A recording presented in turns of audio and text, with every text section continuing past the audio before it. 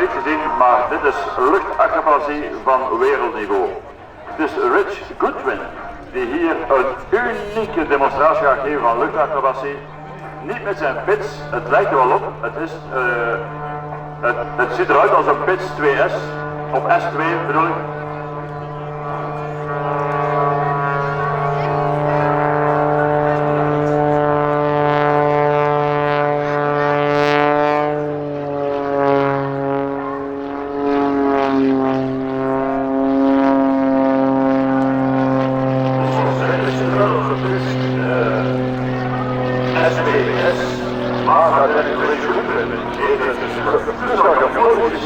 Om uiteindelijk nog betere aerobatische karakteristieken te hebben. Dus het zijn de naakjes van de vleugels werden altijd de airholes werden gezocht, zodat de rol de hoofd is en uiteindelijk de vier onderkalen en de zoon. En dan had ik karakteristieken en ik had net gewoon waar je dit wel gewoon wat muziek laat en ik laat u genieten van dit luchtacrobatie van Rich Goodwin.